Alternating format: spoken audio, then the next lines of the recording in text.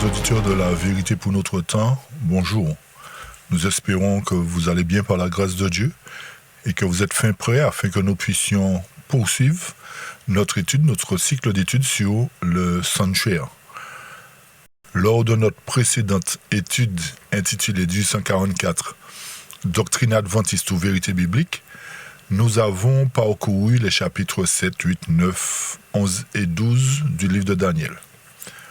Pour cela, nous avons établi les grandes lignes de cette prophétie et nous avons établi un certain nombre de bases nécessaires à la compréhension du sujet. Nous avons examiné la prophétie des 2300 soirées matin et son aboutissement 1844.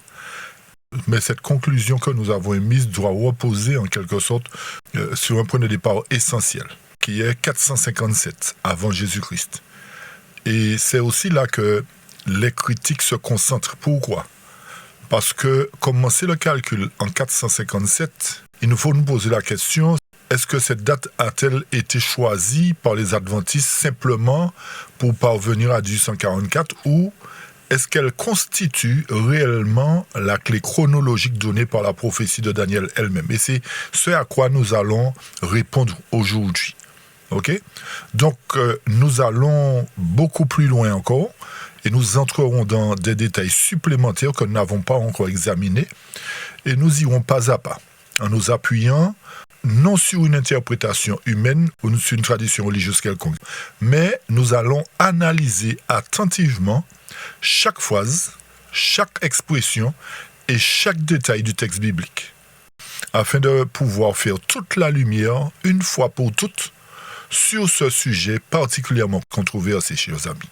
C'est le but, c'est pour cette raison que nous prenons le temps aussi d'apporter tous les détails, petit à petit, pour qu'enfin ce sujet soit clair, qu'il ne soit plus méprisé, et que nous comprenions en réalité la raison des 2300 soirées matin de Daniel 8 et la raison des 70 semaines que nous allons toucher dans Daniel 9. D'accord ?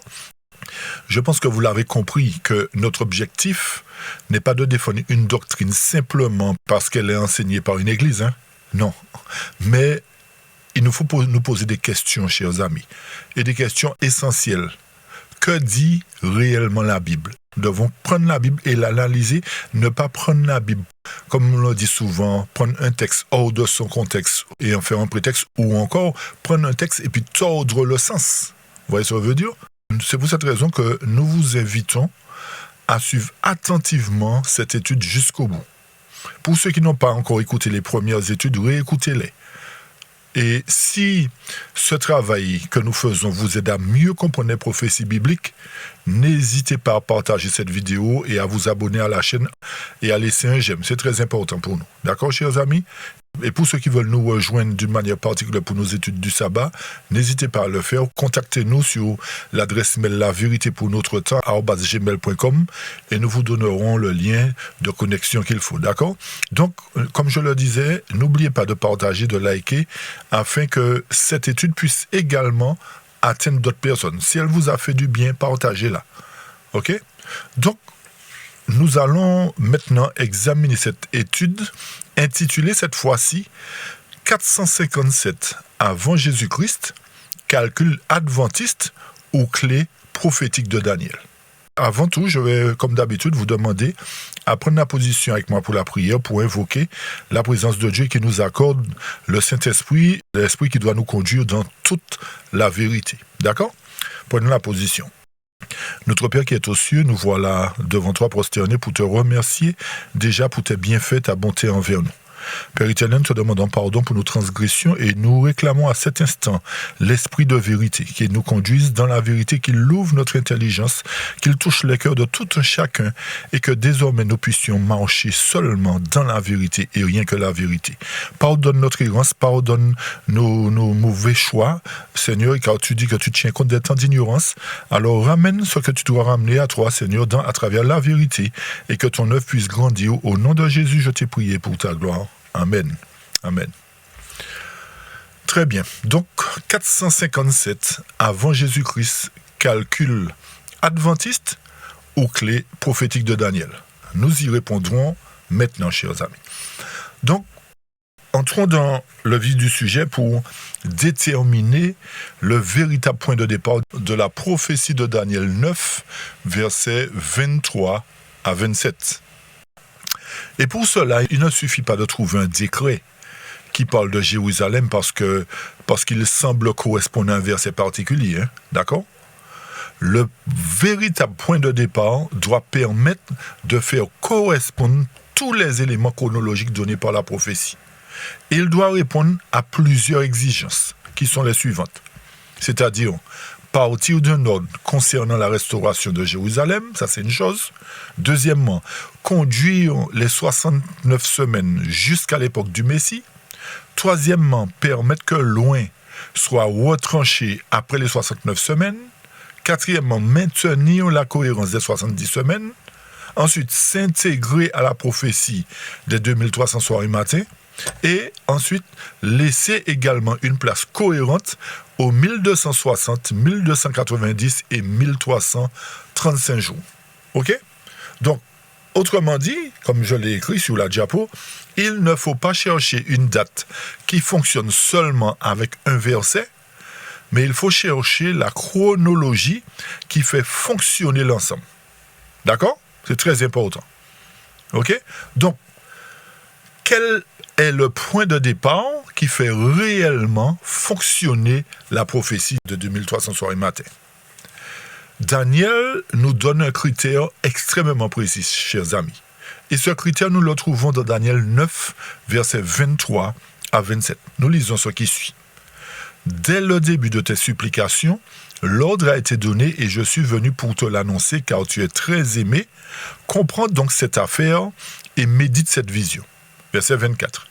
70 semaines ont été fixées pour ton peuple et pour ta ville sainte afin de mettre fin à la transgression, d'en finir avec les péchés, d'expier l'iniquité, d'amener la justice éternelle, de sceller la vision et la prophétie et d'oindre le Saint des Saints. 25. Sache donc et comprends, depuis la promulgation de l'ordre, écoutez bien, de restaurer et de rebâtir Jérusalem jusqu'au Messie, le prince, il y aura 7 semaines et 62 semaines. La place publique et les murailles seront rebâties en des temps de détresse. Et au bout de 62 semaines, le Messie sera retranché, mais pas pour lui-même. Et le peuple du prince qui viendra détruira la ville, le sanctuaire, et la fin de tout cela se fera par un déluge, et jusqu'à la fin de la guerre, les désolations seront déterminées. Verset 27. Il confirmera l'alliance avec plusieurs pendant une semaine. Au milieu de la semaine, il fera cesser le sacrifice et l'offrande, et par la multiplication des abominations, il la rendra désolée jusqu'à la fin, et ce qui est décidé se déversera sur la désolation. Fin de citation. Ici, nous avons la clé de la prophétie, chers amis. Sans clé, nous ne pouvons ouvrir aucune porte. Sinon, nous forcerons la porte et nous allons abîmer. Autrement dit, nous abîmerons, nous tordrons le sens de la prophétie, nous dirons notre propre conception et non ce que Dieu veut que nous comprenions. Remarquez bien qu'au verset 24, une période totale de 70 semaines est annoncée. Ça, c'est très important. Puis, au verset 25, Daniel nous donne une première division de cette période. Il nous dit, depuis le moment où le décret ordonnant de restaurer et de rebâtir Jérusalem, j'insiste bien sur restaurer et rebâtir Jérusalem, que ce décret a été ordonné, jusqu'à l'avènement d'un chef ayant reçu l'onction, il s'écoulera 7 semaines et 62 semaines, chers amis. Donc, nous avons 7 semaines plus 62 semaines qui nous font un total de 69 semaines. Et puisque chaque semaine comporte 7 jours, lorsque nous multiplions 69 par 7, cela nous donne 483 jours prophétiques. C'est très important d'aller palier par palier. Maintenant, nous verrons s'il nous faut appliquer le principe jour égale année ou s'il nous faut le considérer littéralement. Considérons que nous appliquons le principe jour-année.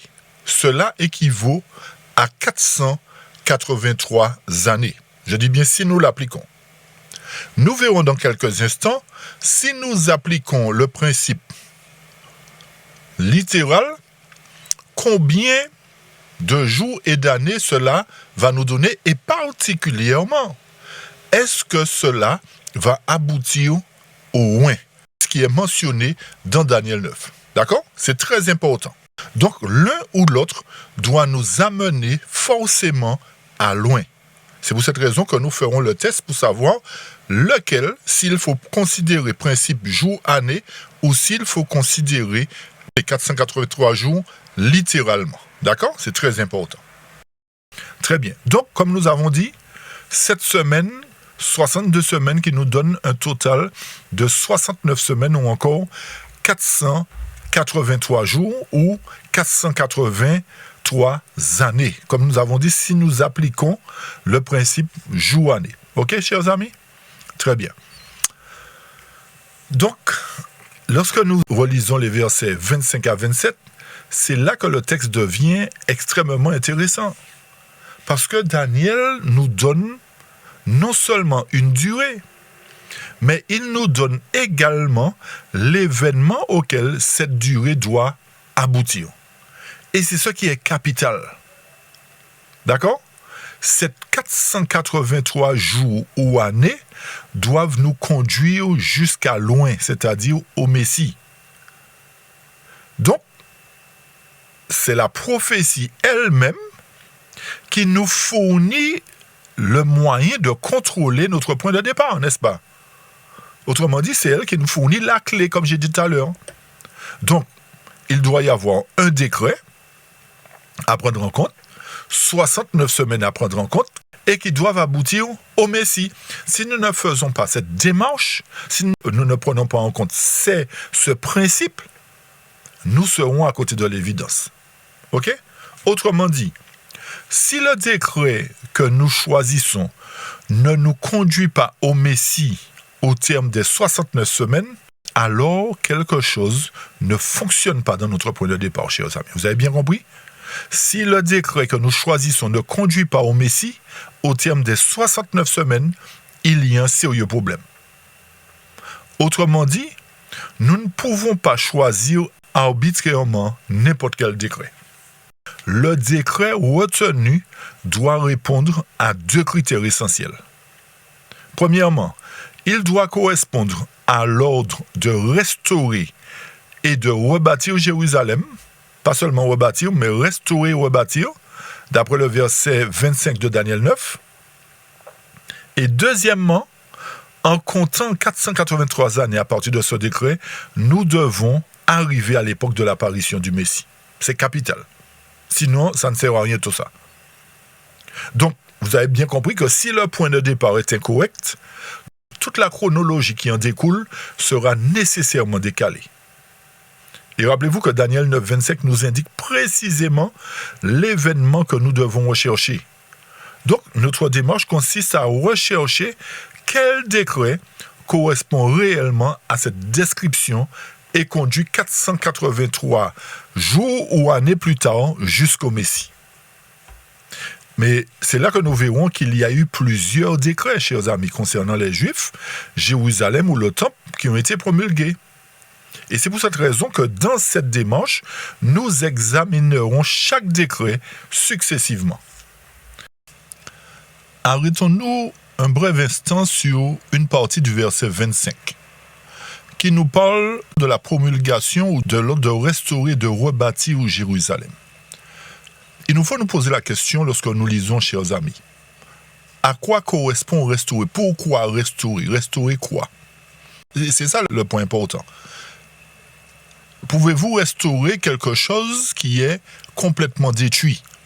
Ou pouvez-vous restaurer quelque chose qui existe et qui mérite un embellissement? Voyez là où on veut en venir, chers amis?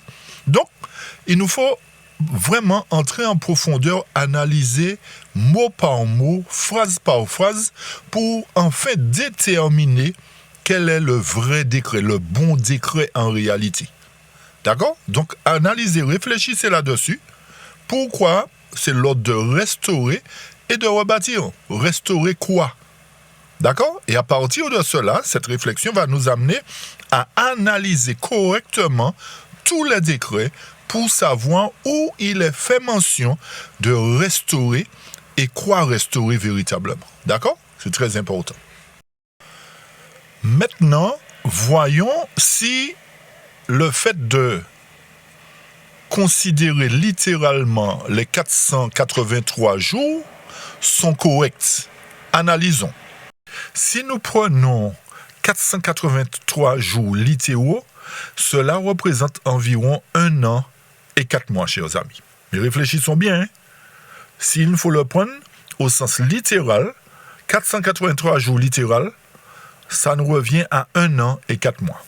Or, lorsque nous prenons le temps de lire la parole, nous voyons que les événements dont parle Daniel s'étendent sur plusieurs siècles. Depuis un décret concernant la restauration de Jérusalem, sous l'Empire perse, jusqu'à l'apparition du Messie. Donc, si nous comprenons bien cela, vous verrez qu'il est impossible que les 69 semaines représentent seulement 483 jours ordinaires. Donc, nous excluons cette idée de jours littéraux ou encore 2300 jours littéraux. Nous excluons de ça parce que si les 483 jours ne sont pas à prendre au sens littéral du terme, les 2300 soirs et matins aussi ne doivent pas être comptés dans le sens littéral, c'est-à-dire 2300 jours. D'accord, chers amis? C'est très important. Donc, encore une fois, nous devons rechercher quel décret, plusieurs siècles avant Jésus-Christ, nous conduit réellement au Messie après 483 années prophétiques. Donc, nous parlerons maintenant en années prophétiques puisque nous avons montré que s'il fallait le prendre au littéral, cela équivaut à 1 an et 4 mois. Ce n'est pas possible que la prophétie atteigne loin, que le Messie arrive à partir de la prophétie de Daniel après 1 an et 4 mois. Cela ne tient pas la route. OK? Donc, c'est pour cette raison que nous raisonnerons maintenant en années prophétiques. Maintenant, au lieu de commencer par une doctrine ou par une date déjà choisie, c'est-à-dire 1844, etc., nous allons laisser la prophétie nous guider elle-même. Et la question devient, quel décret correspond réellement à Daniel 9, 25? OK? Nous faisons cela, nous répétons certains points, c'est parce que, comme je le dis souvent, nous voulons que le sujet soit clair. Hein? D'accord? Ne vous enfoncez pas si nous répétons. Si vous avez déjà compris, tant mieux. Mais il y a de ceux pour lesquels il faut prendre du temps. Leur compréhension est un peu plus lente et il faut prendre du temps avec eux. D'accord? Donc, vu qu'il y a plusieurs décrets, nous allons commencer par le commencement. Le premier décret est celui de Cyrus. Et nous verrons si nous pouvons choisir ce décret, s'il correspond véritablement au point culminant qui est le Messie. Le Messie, le roi, et s'il va correspondre à la semaine qui est mentionnée dans la prophétie de Daniel aussi. Hein, d'accord, vous avez bien compris, il y a 69 semaines, mais il y a une semaine durant laquelle le roi doit paraître, il doit mourir, il doit signer une alliance, etc., etc. Donc, si vous avez compris le principe que jour, année, donc, en comptant la semaine, nous verrons aussi que nous devons la considérer comme étant une semaine prophétique, c'est-à-dire 7 ans. Est-ce que vous nous suivez, chers amis? Puisque nous avons montré qu'en calculant littéralement, cela est loin de la vérité, loin du Messie. Donc, nous sommes obligés, à partir de l'évidence que nous avons apportée, considérer toute la prophétie de Daniel, tous les jours précisés dans la prophétie de Daniel comme étant des jours symboliques. Autrement dit, nous devons les considérer comme étant des années. OK? Donc, peut-on choisir le décret de Cyrus, chers amis? Puisque vous remarquerez, comme nous allons le lire, que Cyrus donne un ordre concernant Jérusalem et la reconstruction du temple. Lisons pour cela Esdras 1, verset 1 à 3. Esdras 1, 1 à 3. Le texte nous dit, la première année de Cyrus, roi de Perse, afin que fût accomplie la parole de l'Éternel dite par la bouche de Jérémie, l'Éternel réveilla l'esprit de Cyrus, roi de Perse, et il fit une proclamation dans tout son royaume, et la publia aussi par écrit disant, ainsi dit Cyrus, roi de Perse, l'Éternel, le Dieu des cieux, m'a donné tous les royaumes de la terre, et il m'a chargé de lui bâtir une maison à Jérusalem qui est en Juda. Qui d'entre vous, quel qu'il soit, est de son peuple, que son Dieu soit avec lui, et qu'il monte à Jérusalem qui est en Juda, et qu'il bâtisse la maison de l'Éternel, le Dieu d'Israël, lui est Dieu à Jérusalem. Donc, nous lisons déjà que Cyrus fait quoi? Il autorise les Juifs à retourner à Jérusalem et à reconstruire la maison de l'Éternel. Mais la question décisive n'est pas simplement est-ce parce que Cyrus parle de Jérusalem que nous devons prendre en compte son décret, ou est-ce parce qu'il a donné un ordre de reconstruction que son décret est le bon? Il y a quand même une véritable question qu'il nous faut nous poser. Est-ce que son décret correspond à toutes les exigences de Daniel 9, 25? Et surtout, les 483 années calculées à partir de ce décret conduisent-elles réellement au Messie? Mais vérifions. C'est la démarche que nous devons mener. Vérifions maintenant. Donc, rappelez-vous que le décret de Cyrus est noté aussi dans Esdras 6, versets 3 à 5. Ésaïe même aussi a prophétisé concernant Cyrus. Mais lisons d'abord Esdras 6, versets 3 à 5. Le texte nous dit, la première année du roi Cyrus, le roi Cyrus donna l'ordre touchant la maison de Dieu à Jérusalem. Il dit que la maison soit bâtie pour être un lieu où l'on offre des sacrifices, que ses fondements soient solides. Sa hauteur sera de 60 coudées, sa largeur de 60 coudées, avec 3 rangées de pierre, une rangée de bois neuf, et que les dépenses soient payées par la maison du roi. Verset 5, et aussi que les ustensiles d'or et d'argent de la maison de Dieu que Nebuchadnezzar a sorti du temple de Jérusalem et emporté à Babylone soient rendus, et qu'on les porte au temple de Jérusalem en leur lieu, et tu les placeras dans la maison de Dieu. Ok, donc, encore dans Esdras, il confirme vraiment que Cyrus a donné une autorisation de bâtir la maison pour qu'elle soit un lieu où l'on offre des sacrifices à Dieu. Et comme je le disais, Ésaïe nous fait part que Cyrus avait été choisi par Dieu. Donc, on pourrait dire, bon, comme Cyrus a été choisi par Dieu, donc, prenons en compte ce décret carrément. D'accord? Lisons Ésaïe 44, 28. Celui qui dit de Cyrus, il est mon berger, et il accomplira tout ce qui me plaît. Celui qui dit à Jérusalem, tu seras rebâti, et au temple tes fondations seront posées. Donc, en lisant ce texte, effectivement, nous pouvons conclure, Cyrus, c'est l'homme. C'est celui par qui il faut commencer. C'est le décret de Cyrus que nous devons prendre en compte. Mais rappelez-vous, chers amis, que le point d'arrivée des 69 semaines doivent aboutir à loin, qui est Jésus-Christ. Ok? Donc, analysons ces points maintenant en faisant les calculs.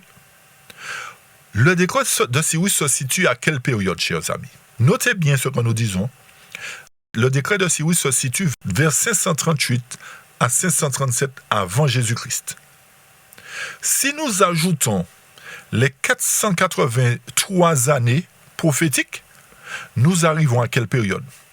Nous arrivons vers entre 55 et 54 avant Jésus-Christ. Alors, la question que nous devons nous poser, est-ce que le Messie apparaît vers 55? La réponse est non. Nous suivez, chers amis? La réponse est non.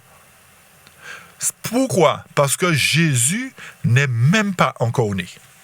Vous comprenez le problème? Donc, bien que Dieu ait choisi Cyrus, mais il nous faut avoir le discernement du Saint-Esprit pour comprendre effectivement quel décret nous devons prendre en compte. Bien que Dieu ait choisi Cyrus, nous avons dit. Mais, comme je dis, pour avoir le point de départ, il nous faut savoir s'il tombe pile poil au point d'arrivée, qui est loin. Donc, si Daniel 9 parle bien de Jésus comme loin, Donc Cyrus est important dans la restauration, ça c'est une chose. Mais chronologiquement parlant, il ne peut pas être pris comme le point de départ des 69 semaines. Si vous avez bien compris, si loin est Jésus-Christ. C'est clair? Retenez bien que Cyrus est un bon candidat historiquement, mais prophétiquement, son décret arrive trop tôt.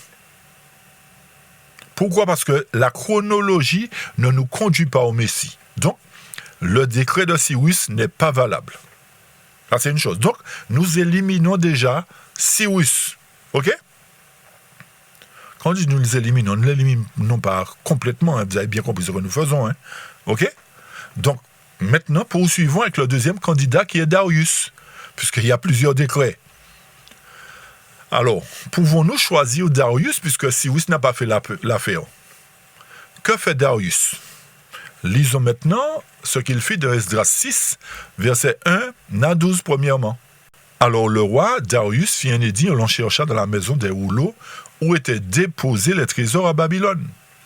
Et l'on trouva à Ashmita, dans le palais qui est dans la province des Mèdes, un rouleau et dedans était un mémoire ainsi écrit. Verset 3. En la première année du roi Cyrus, ce même roi Cyrus fit un édit concernant la maison de Dieu à Jérusalem. Que la maison soit bâtie pour être le lieu où l'on offre des sacrifices et que ses fondements soient solidement établis. Sa hauteur sera de 60 coudées et sa largeur de 60 coudées. Donc, Darius fait la recherche et il trouve ce décret-là. Donc, il dit, bon, mais si le décret a été signé au départ, eh bien, poursuivons le travail. Qu'est-ce qui empêche que le travail soit poursuivi? Poursuivons verset 7 maintenant.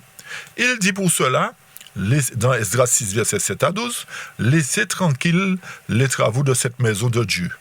Que le gouverneur des Juifs et les anciens des Juifs construisent cette maison de Dieu à sa place. » Donc il dit, quand il dit « laissez tranquille », ça veut dire « laissez se poursuivre la construction. » Ok? De plus, qu'est-ce qu'il dit au verset 8? « Je promulgue un décret concernant ce que vous devrez faire pour les anciens de ces Juifs en vue de la construction de cette maison de Dieu. Que sur les biens du roi, notamment sur le tribut provenant d'au-delà du fleuve, on verse sans délai les fonds nécessaires à ces hommes afin qu'ils ne soient pas gênés. » Donc nous voyons que Darius promulgue un autre décret concernant la poursuite des travaux. Verset 9. Et tout ce dont ils auront besoin, tant les jeunes taureaux, les béliers, les agneaux destinés aux holocaustes du Dieu du ciel, que le blé, le sel, le vin et l'huile, selon les instructions des prêtres qui sont à Jérusalem, qu'on le leur donne chaque jour sans faute, afin qu'ils offrent des sacrifices d'agréable odeur au Dieu du ciel et qu'ils prient pour la vie du roi et de ses fils. J'ai également promulgué un décret. Quiconque altérera cette parole, que l'on arrache des poutres de sa maison, qu'on les dresse et qu'il y soit pendu, et que sa maison soit transformée en tas de fumier à cause de cela. Et que le Dieu qui fait résider son nom là-bas détruise tous les rois et tous les peuples qui mettront la main à l'œuvre pour altérer et détruire cette maison de Dieu qui est à Jérusalem. Moi, Darius, j'ai promulgué ce décret qu'il soit exécuté sans délai. Donc, nous voyons, chers amis, que Darius recherche le décret de Cyrus dans les archives et confirme que les travaux doivent continuer. Il ordonne même qu'ils soient financés. Donc nous voyons, comme nous l'avons dit, que Darius participe lui aussi à la reconstruction. Il ordonne que les travaux du temple soient financés, que personne ne les empêche. Donc il y a un décret de mort dans ça aussi en quelque sorte. Donc nous allons considérer dans l'avenir aussi les décrets de mort qui sont présentés, hein, d'accord? Il y a un particulièrement que nous allons retenir, ok? Et donc, il est important pour nous, à travers cela, de savoir à quel moment se situe son décret, comme nous l'avons fait pour Cyrus. Donc, la date de son décret se situe autour des années 520 avant Jésus-Christ. Comme nous l'avons fait pour Cyrus, faisons le calcul aussi pour Darius. Donc, si nous prenons 520 et que nous l'additionnons à 483, nous arrivons vers 38, 37 avant Jésus-Christ. la question est, Jésus apparaît-il en 38 ou en 37 avant cette époque? Non. Donc, nous voyons que nous sommes toujours plusieurs décennies trop tôt. C'est clair, chers amis? Donc, Darius ne fonctionne pas comme Cyrus n'a pas fonctionné non plus. Mais notez quelque chose d'intéressant, c'est que Darius ne repart pas à zéro. Il confirme simplement et poursuit ce qui avait déjà commencé sous Cyrus. Gardons cette idée-là en mémoire, c'est très important, parce qu'elle va devenir importante tout à l'heure. Nous avons maintenant éliminé 2 candidats. Nous avons vu que leur décret arrive avant loin, avant le Messie. OK? Analysons maintenant un 3e cas, le cas de Néhémie. Considérons l'autorisation qui lui a été donnée et nous verrons si cette autorisation qu'il a reçue peut être prise en compte. Lisons pour cela d'abord, avant tout, Daniel 9, 25, avant de plonger dans Jérémie. Daniel 9, 25 nous dit quoi? Sache donc et comprends, depuis la promulgation de l'ordre de restaurer et de reconstruire Jérusalem jusqu'au Messie Prince, il y aura 7 semaines et 62 semaines. D'accord? Donc, avant que le Messie n'arrive, il doit y avoir quoi? 69 semaines en tout. 7 semaines plus 62 semaines. Autrement dit, 483 années. Analysons maintenant le cas de Néhémie. Néhémie.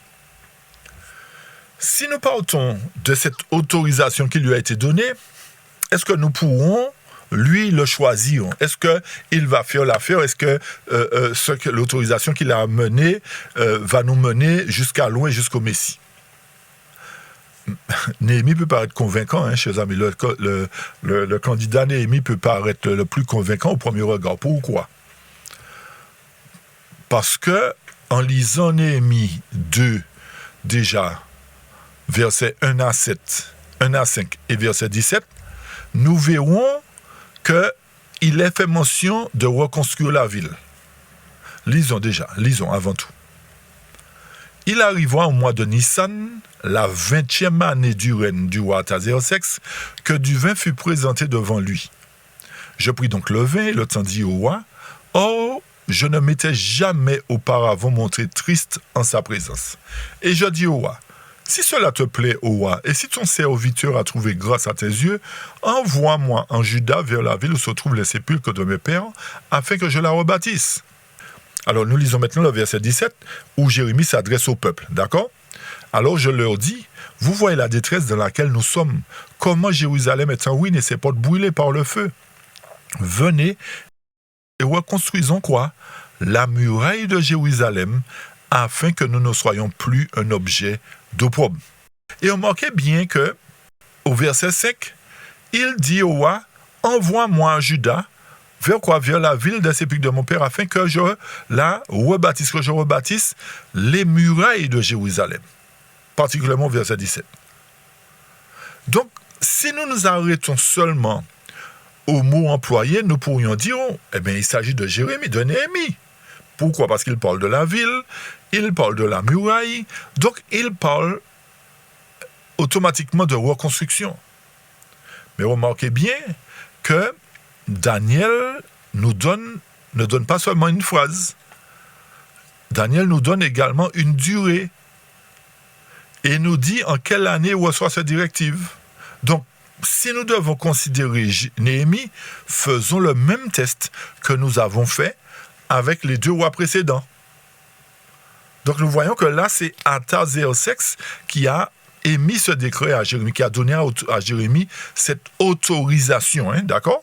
Il a donné à Néhémie cette autorisation. Et remarquez bien à quel moment cette autorisation vient. Lisons pour cela Néhémie 2, avant de faire le calcul. Lisons Néhémie 2, verset 1. Le texte nous dit quoi? Or, au mois de Nissan, la 20e année du règne du roi Artaxerxès, on lui servit du vin. Je pris donc le vin et le tendis au roi. Or, je ne m'étais jamais auparavant montré triste en sa présence. Remarquez bien à quel moment le décret apparaît. au mois de Nissan, à la 20e année du règne du roi Artaxerxès, chers amis. Donc nous avons une date précise, 20e année du règne d'Artaxerxès. Faisons le calcul maintenant puisque nous avons un point de départ, on va dire. Nous savons que c'est la 20e année. Donc, si c'est la 20e année du roi Artaxerxès, donc cela nous conduit vers les années 445 à 444 avant Jésus-Christ. OK? Faisons la même opération. Nous prenons 444 que nous ajoutons, auquel nous ajoutons 483 années. Nous aboutissons aux environs de 40 après Jésus-Christ. Des années 40 après Jésus-Christ. Là, nous avons un autre problème, chers amis.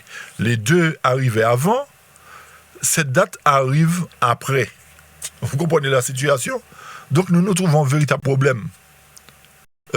Puisque Daniel nous dit au verset 26 que c'est après les 62 semaines que le roi sera retranché. Et là, d'après ce que les évidences que nous avons, le décret d'Artaxerxès qui a été émis durant sa 20e année tombe trop loin.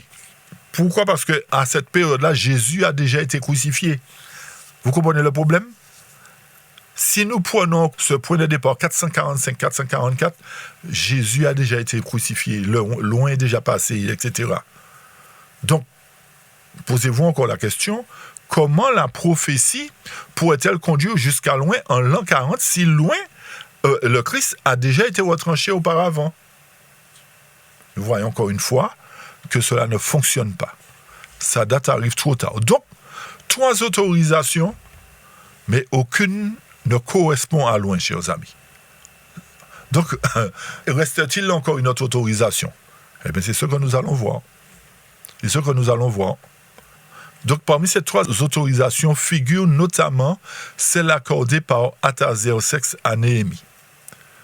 Donc, il nous reste une dernière autorisation à considérer. Mais cette autorisation vient aussi d'Artaxerxès, chers amis. Vous avez bien compris? Donc, il y a 2 autorisations signées par Artaxerxès qui ont été émises.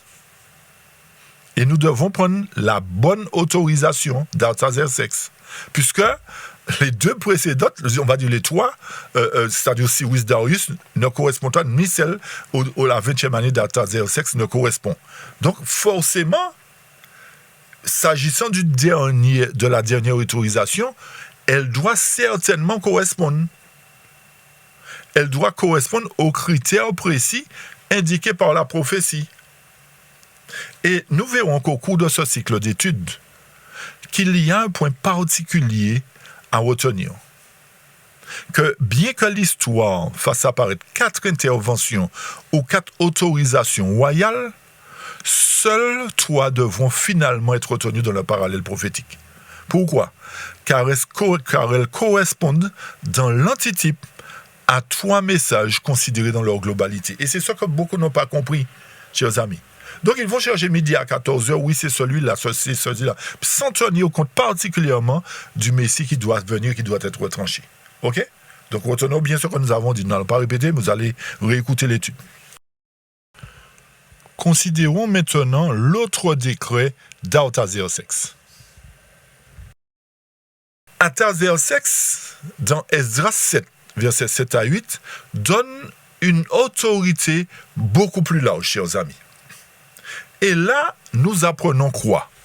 Lisons Esdras 7, d'abord versets 7 à 8. Le texte nous dit la 7e année du règne d'Artaxerxès. Donc, ça voudrait dire que ce décret a été signé longtemps avant que Néhémie ne demande au roi l'autorisation pour aller à Jérusalem. D'accord? Je reprends verset 7. La 7e année du règne d'Artaxerxès, un certain nombre d'Israélites, des prêtres et des Lévites, des musiciens, des portiers et des servants du temple partirent pour Jérusalem. Verset 8. Esdras vint avec eux à Jérusalem au 5e mois de la 7e année du règne de l'empereur. Nous trouvons effectivement un certain point de départ qui précède 444 années où Néhémie a reçu l'autorisation du roi. D'accord? Donc nous remontons un peu en arrière. Vous avez bien compris? Ok. Abordons maintenant Esdras 7, versets 11 à 20 pour en connaître le contenu, puisque nous cherchons le véritable décret. Et comme nous avons vu que les trois précédents n'ont pas abouti, donc forcément, ce décret d'Esdras 7 doit être le bon. Ok? Lisons verset 11. Voici la copie du document que l'empereur Artaxerxès remit à Esdras, le prêtre et spécialiste de la loi qui était versé dans la connaissance des lois et des commandements de l'Éternel pour Israël. Verset 12. Artaxerxès, le roi des rois, au prêtre Esdras, spécialiste de la loi du Dieu du ciel, etc. Je t'ai donné ordre que tous les Israélites, les prêtres, les Lévites, qui résident dans mon royaume et qui désirent aller à Jérusalem, aillent avec toi. Moi, le roi, verset 14, et mes 7 conseillers, nous t'envoyons faire une enquête dans le territoire de Juda et de Jérusalem pour voir comment y observer la loi de ton Dieu qui est entre tes mains. Tu es également chargé d'y apporter l'argent et l'or que le roi et ses conseillers ont offert au Dieu d'Israël qui a sa demeure à Jérusalem. Verset 16.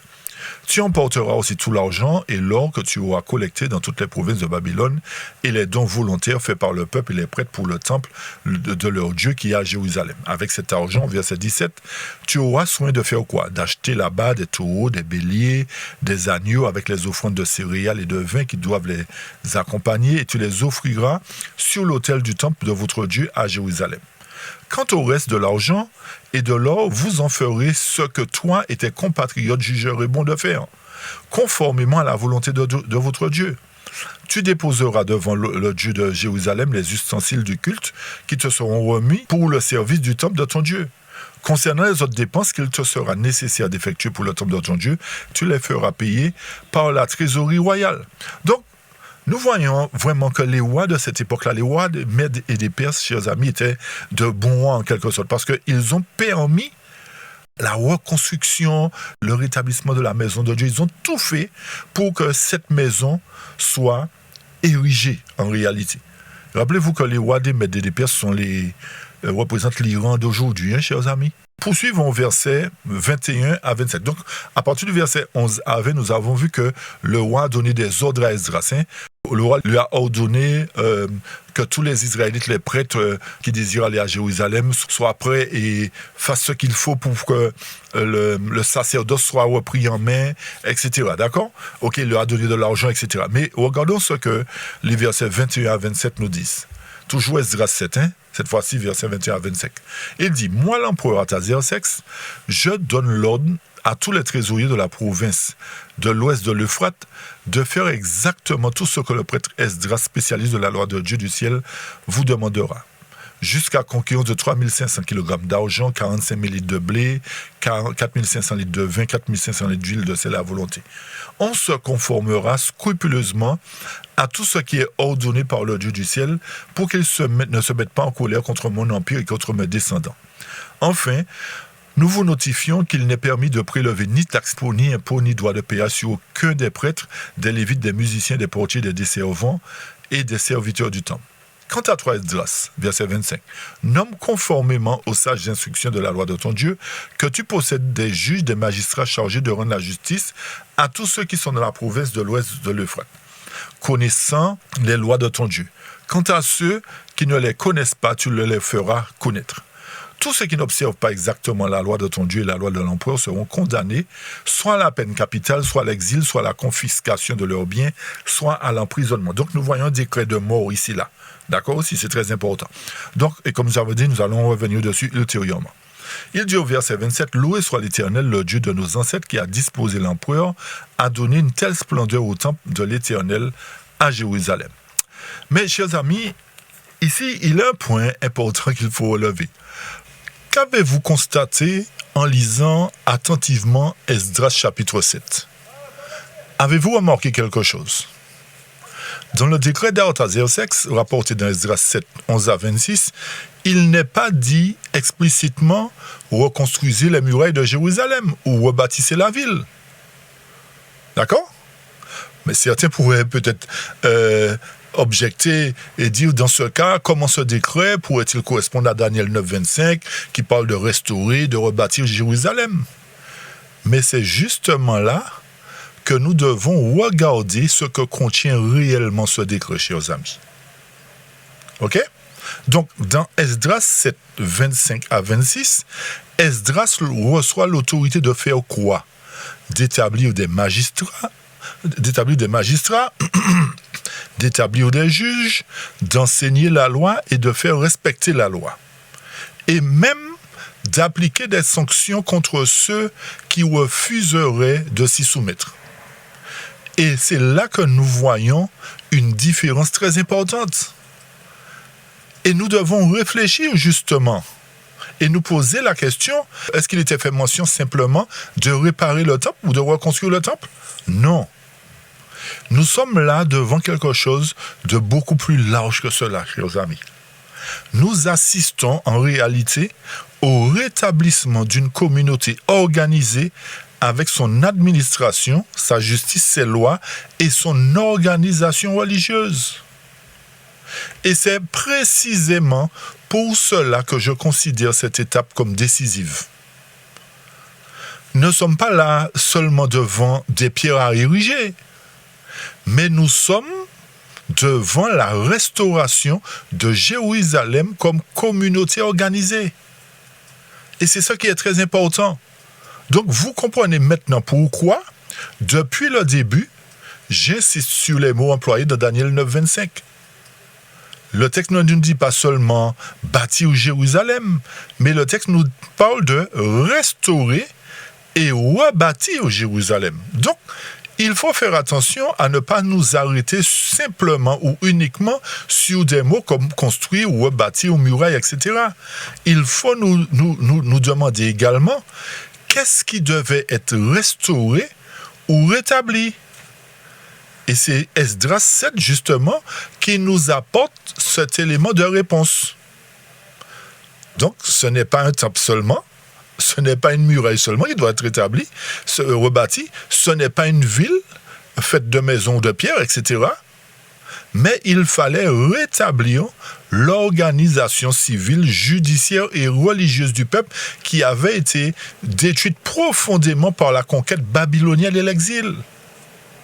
Donc, si vous comprenez tout cela, le temple pouvait être reconstruit, les murailles pouvaient être levées, mais Jérusalem ne pouvait pas retrouver pleinement son statut de communauté restaurée sans des magistrats, des juges, une loi enseignée et une loi appliquée. Autrement dit, une autorité permettant au peuple de fonctionner de nouveau comme une communauté organisée. Et c'est pour cette raison que le décret d'Esdras 7 est différent des autres décrets. D'accord, chers amis? Et voilà où le point devient encore plus intéressant. Remarquez bien que, comme nous l'avons dit tout à l'heure, il me semble, ce décret intervient dans la 7e année d'Artaxerxès que nous situons en quelle période? En 457 avant Jésus-Christ. Et n'oubliez pas la méthode que nous avons employée tout à l'heure. Nous ne voulons pas choisir 457 parce que cette date nous intéresse. Ce n'est pas ce que nous devrions faire. Nous devons lui faire passer le test de Daniel 9. Donc, Daniel nous donne quoi comme précision? 7 semaines plus 62 semaines qui font un total de 69 semaines. Et lorsque nous multiplions ces 69 semaines par 7, nous trouvons 483 années. Et lorsque nous partons de 457 avant Jésus-Christ, ces 483 années nous conduisent précisément à la période de l'apparition de loin, chers amis. OK? Et c'est là que la différence avec les autres dates devient très frappante. Pourquoi? Parce que, comme nous l'avons dit, Cyrus nous conduit beaucoup trop tôt. Quant à Darius, il nous conduit encore trop tôt. Quant à l'autorisation donnée à Néhémie, il nous conduit trop tard, c'est-à-dire après le retranchement de Jésus, après la mort de Jésus. Tandis que 457 avant Jésus-Christ nous conduit précisément à l'époque de loin. Et voilà pourquoi nous disons que ce décret devient particulièrement intéressant. Ce n'est pas parce qu'il se trouve simplement dans Esdras 7, d'accord? Ou ce n'est pas parce que Artaxerxès est mentionné, hein? D'accord? C'est parce que son contenu correspond à l'idée de restauration et que sa date satisfait le test chronologique donné par Daniel lui-même. D'accord, chers amis? Donc, à partir de cette évidence-là, nous ne pouvons que considérer les 2300 soirs et matins comme étant des années prophétiques qui nous conduisent automatiquement en 1844. OK? Donc, pour que vous puissiez bien comprendre cela, prenons un simple exemple. Prenons un petit exemple. Imaginez qu'un gouvernement adopte aujourd'hui un décret disant « Cette ville doit être restaurée ». Nous rétablissons son administration, nous autorisons les travaux et nous donnons les pouvoirs nécessaires pour accomplir cette restauration. Et la décision officielle est prise en 2026, mais les travaux des murailles, des constructions, des bâtiments commencent réellement en 2035. Question. Quand le programme a-t-il commencé réellement? Quelle est la date du commandement? 2035 ou 2026? Ce n'est pas 2035, chers amis. Nous sommes bien d'accord? Il a commencé lorsque l'autorité compétente a donné l'ordre et les moyens permettant la restauration. Donc, 2035 est simplement l'étape de l'exécution de la décision officielle. Donc, c'est exactement de cette manière-là qu'il nous faut comprendre la distinction entre Esdras 7 et Néhémie 2. Et nous avons vu que la chronologie confirme cette distinction. Parce que si nous prenons Néhémie comme point de départ, nous avons vu qu'il commence en 444 avant Jésus-Christ. Et lorsque nous l'additionnons aux 483 années, il nous conduit 40 ans après Jésus-Christ. Jésus est déjà crucifié avant cette date, chers amis. Donc nous avons vu que Néhémie ne peut pas être le point de départ des 69 semaines, si loin de Daniel 9 est Jésus. En revanche, par contre, 457 avant Jésus-Christ plus 483 années nous conduisent en l'an 27. Et là, nous arrivons précisément dans la période où Jésus apparaît publiquement et commence son ministère. Voilà pour cette raison que nous avons cité Néhémie 2, verset 5 et verset 17, tout en maintenant 457 comme commencement. OK, chers amis? Donc, Néhémie nous a montré ce qui a été reconstruit. Esdras, lui, nous a montré l'autorisation officielle. Et Daniel 9 nous a permis de vérifier lequel des deux moments correspond réellement au point de départ prophétique. D'accord? J'espère que tout cela est clair. Hein? Donc, 457, c'est le commandement. Tandis que Néhémie, plus tard, le décret de Néhémie correspond à l'exécution matérielle. OK? Et c'est précisément cette distinction qui nous permet de conserver à la fois le texte de Néhémie sur la ville et la muraille et la chronologie de Daniel conduisant au Messie. J'espère que tout cela est clair, chers amis. Nous arrivons vers la fin, d'accord? Pour apporter d'autres petites précisions supplémentaires. Lorsque nous commençons avec Cyrus vers 538, entre 538 et 537, à cette époque, rappelez-vous que Cyrus autorise le retour des Juifs et la reconstruction de Jérusalem, ce que nous avons lu dans Esdras 1, versets 1 à 4, etc. D'accord? Donc, nous avons un premier repère, qui est Cyrus. OK? Mais observons bien ce qui se passe ensuite. Il s'est écoulé environ 22 ans avant que le temple ne soit finalement achevé. Donc, à ce moment-là, nous arrivons vers 516 à 515 avant Jésus-Christ, où le temple, à ce moment-là, justement, est achevé. Et c'est ce que nous rapporte Esdras 6. Et je veux que vous remarquiez quelque chose de très important, chers amis. Le temple, à lui seul, demande environ 22 ans avant d'être achevé. Pourquoi ce point est important? Parce que, comme nous l'avons dit tout à l'heure au début, si vous avez fait attention, si nous interprétons les 2300 jours de Daniel 8.14 comme 2300 jours littéraux, nous obtenons seulement environ 6 ans et 4 mois. Autrement dit, si la période prophétique avait commencé avec Cyrus, les 2300 jours littéraux auraient déjà pris fin avant même que le temple ne soit achevé. Vous avez bien compris ça?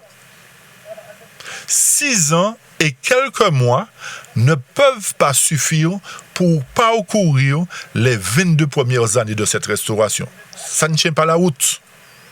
Donc, considérer 2300 jours en termes littéraux, ce n'est pas possible, chers amis.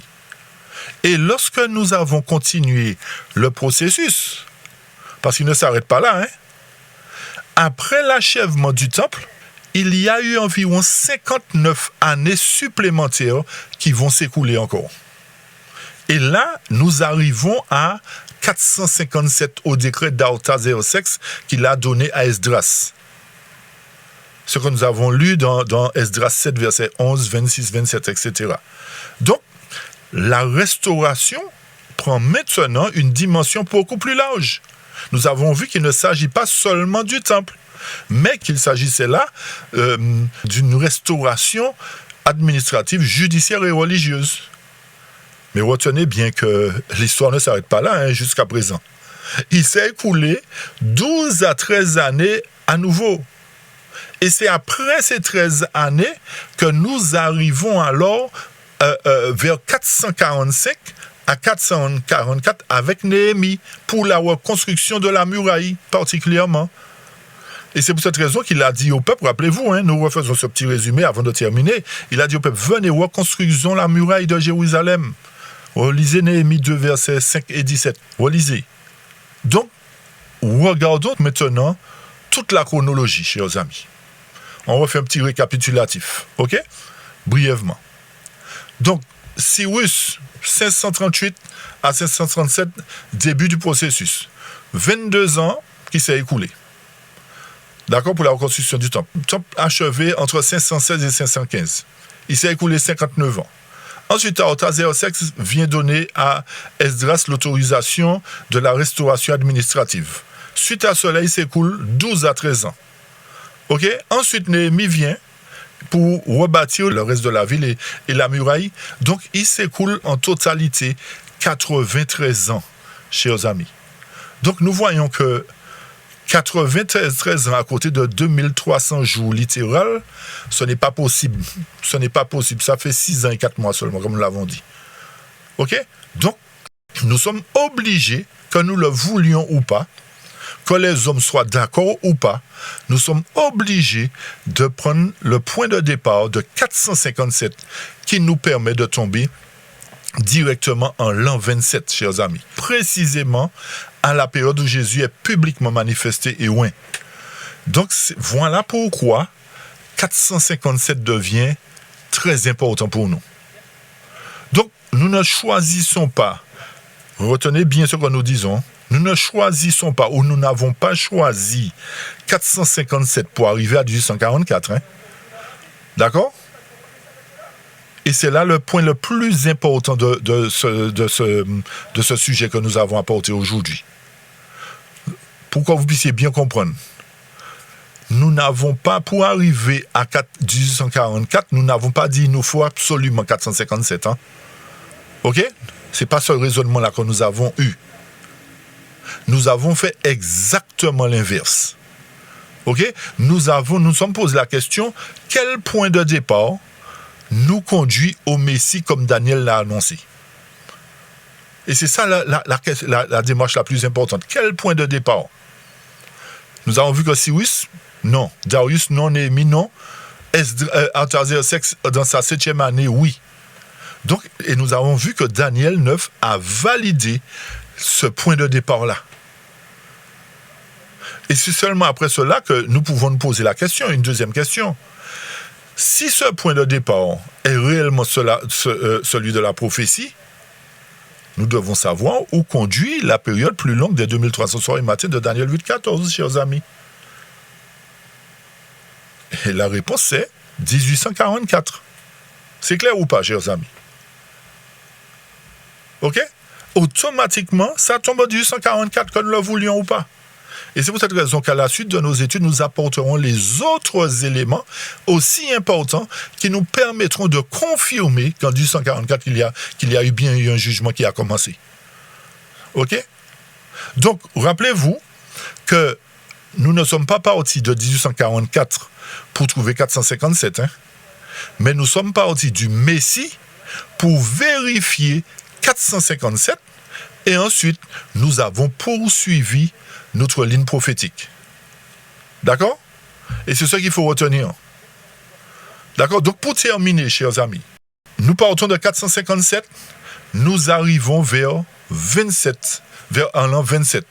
Et cette fois, qu'est-ce qui se passe? Nous arrivons dans la période où Jésus apparaît, dans Luc 3, versets 21 à 23. Qu'est-ce qui se passe? Qu'est-ce que le texte nous dit? Versets 21 à 23. Or, quand tout le peuple fut baptisé, que Jésus aussi fut baptisé, et qu'il priait, le ciel s'ouvrit, et le Saint-Esprit descendit sous une forme corporelle, comme une colombe sur lui, et une voix fit entendre du ciel, « Tu es mon fils bien-aimé, en toi j'ai mis toute mon affection. » Et Jésus lui-même commençait à avoir environ 30 ans, étant, comme on croyait, fils de Joseph, fils d'Élie. D'accord, chers amis? OK? Donc, Jésus commence son ministère à 30 ans, durant la dernière semaine prophétique, qui correspond à 7 années. La dernière semaine qui nous donne 490 années est compris dans les 70 semaines.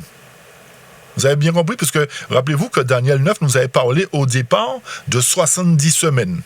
Mais il avait apporté des précisions montrant que d'abord il y avait 7 semaines, plus 62 semaines, et ensuite une semaine.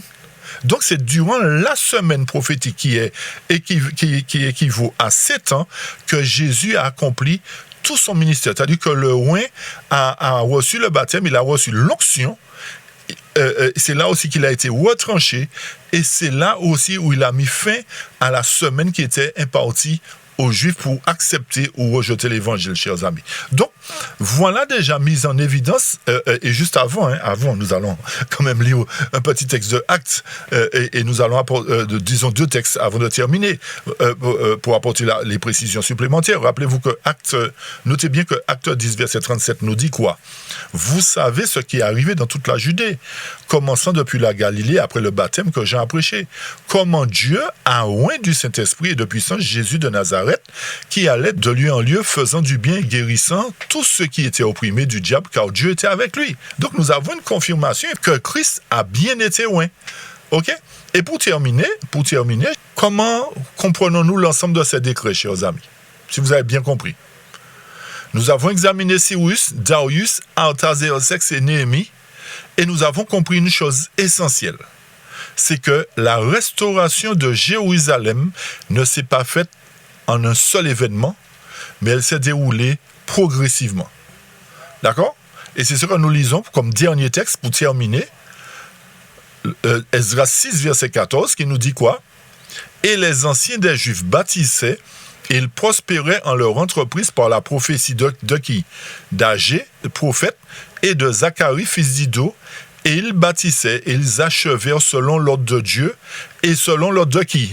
Observez bien, Cyrus, Darius et Artaxerxès, roi de Perse. Donc il fallait ces 3 dirigeants, il fallait que ces 3 décrets soient mis ensemble en fait, et que celui d'Artaxerxès vienne confirmer que là maintenant, le peuple peut adorer en toute conformité, que les règles sont établies, que tout est établi, et qu'à ce moment-là, l'achèvement de la muraille peut se faire, et qu'en réalité, tout soit mis en place comme Dieu l'avait ordonné. Donc voilà en gros, chers amis, ce qu'il fallait retenir de ce sujet. Donc, Cyrus nous a donné le retour, Darius nous a donné la poursuite du temple, Néhémie nous a montré la muraille, mais en 457, Artaxerxès redonne à Jérusalem les moyens de fonctionner comme une communauté organisée surtout, et c'est cette date que le chronomètre de Daniel conduit jusqu'à loin, chers amis. Donc, nous espérons que le sujet a été clair. Et nous souhaitons que vous puissiez partager cette étude comme nous l'avons recommandé au départ. Et nous souhaitons aussi que vous soyez présents lors des autres sujets, car nous apporterons encore d'autres éléments à votre connaissance afin de vraiment comprendre l'importance du jugement qui a commencé en 1844, chers amis. OK? Donc, que Dieu vous garde une fois de plus et soyez richement bénis et que le nom de l'Éternel soit exalté et glorifié dès maintenant et pour toujours. C'est là ma prière pour chacun de vous. Amen. Amen.